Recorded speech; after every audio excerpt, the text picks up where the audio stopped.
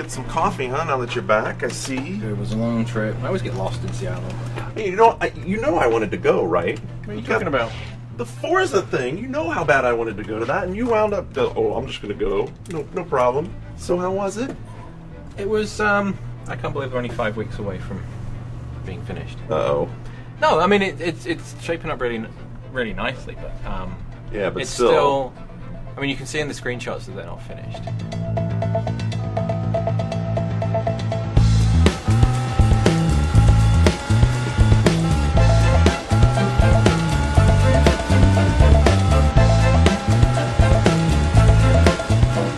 Coming from your world into this world, it was just like, it was really eye-opening because all these things we took for granted, you know, as editors, you come here and you just expect like, well, it should work this way, and you realize you don't know shit about games and games development. You just don't know.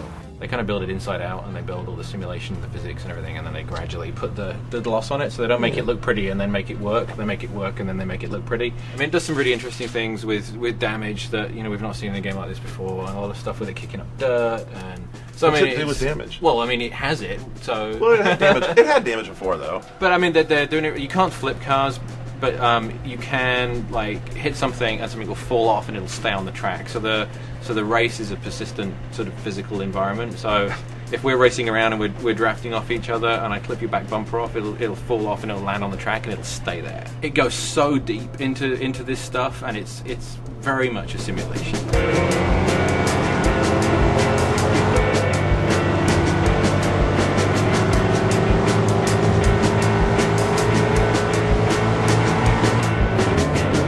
The whole game's modular, right?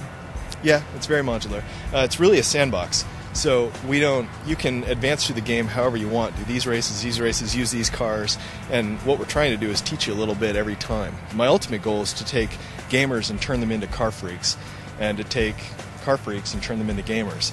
And the two aren't so far apart. We all kind of share this lust and this love of cars. Very few people in the world are going to even see an Enzo in their life. But if you ever do see one, it's an emotional experience. I mean, some people are going to get righteous indignation, like, oh, that car's so expensive, it's too expensive.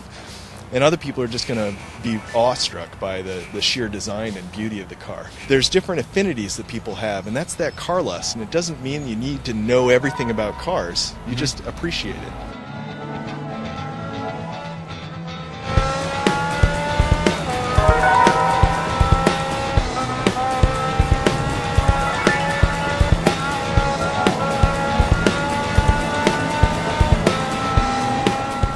It's interesting what they're doing with force feedback. They have Sebring in this one, and it has a ridged track. They have Sebring? Yeah. Well, that's cool, because no one's had that. No one's had that before. If you ever come off the Golden Gate Bridge, and it's in sections, and you go over it, and it goes boom, boom, boom, boom, boom, boom, boom. Yeah. And if you're going over it at any speed, you can feel every bump through the wheels, and you get that traction. Well, the Sebring, there's this huge bend, and it's just like that. And as you go over it, you can feel every bump in the track. And that's because it's rendering everything on the physical side so quickly that you're feeling it tug, and you're feeling the wheel go, and you're feeling the rumble at the same time as the force feedback, and it's coming through on the 5.1. If you play PGR and you think, I don't know if this wheel's any good, because the range of movement was pretty bad and the feedback wasn't quite right, and this, I mean, they've modeled everything around the wheel. So if you're really into cars, you're going to want to set it up with the wheel.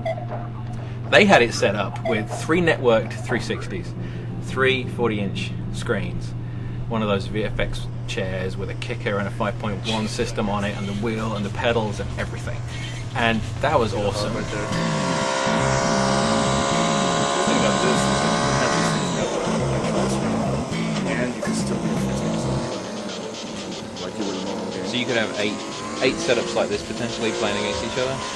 Potentially, yeah. In fact, I was talking to the networking, like the dev who only works on triple screen, and he said that it's not really limited to 3 screens either. If we wanted to, we could have 6 screens. We could have full 360 screen. Really? Yeah. But you probably wouldn't turn around to look behind you. No, so, but yeah. Still. Yeah, it's pretty badass. I know. No one in their right mind is really going to have a setup like that. But did they get the camera position right? I mean, does Yeah. it feel like when you're driving? when you're in that first person view, I Right. mean, it feels like you're in the car. And particularly, I mean, the 3-screen setup they had, I mean, it really felt like you're in the car. But we played it later just on a normal setup, and it's in the right place. You don't feel too high, you don't feel too low.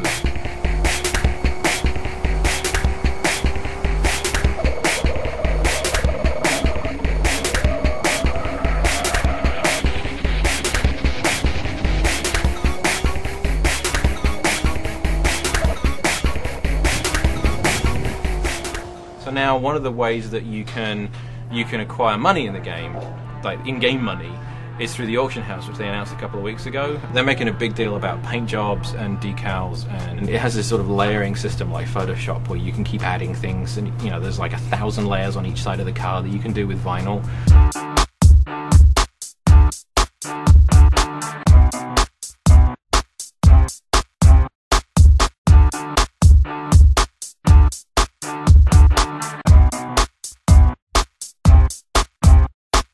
You can create a paint job and sell it. So you can either lock it to a car and sell the car, or you can build it as a style and apply it to anything in your garage. So every time you acquire a car, you can apply the same paint job and decals to it and then stick it in the auction house. They're talking about a little bit is trying to establish like intellectual property within the game. So you can lock a design to a car. You could sell it to you, and the design is locked to that car. Now, you can paint over it and it's gone forever, or you can keep it. Now, I can set to either lock it to the car or not. If I lock it to the car, only that car in your collection will have that design on it.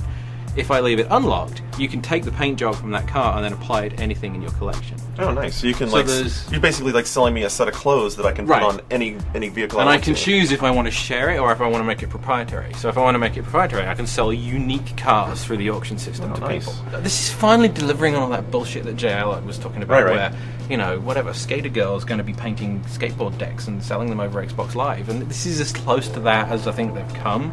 The vision for me is to just be an inclusive game, a place where a giant community can meet and argue and have opinions and just sort of pollinate each other with what's cool about car culture. We're integrating the game and the website together so that when you're playing the game, you have this interactive experience on Xbox Live, and then you come to the website and you can check out all the stuff you've done in the game, auctions, photos that you've uploaded. You can check your scores, your leaderboard stuff.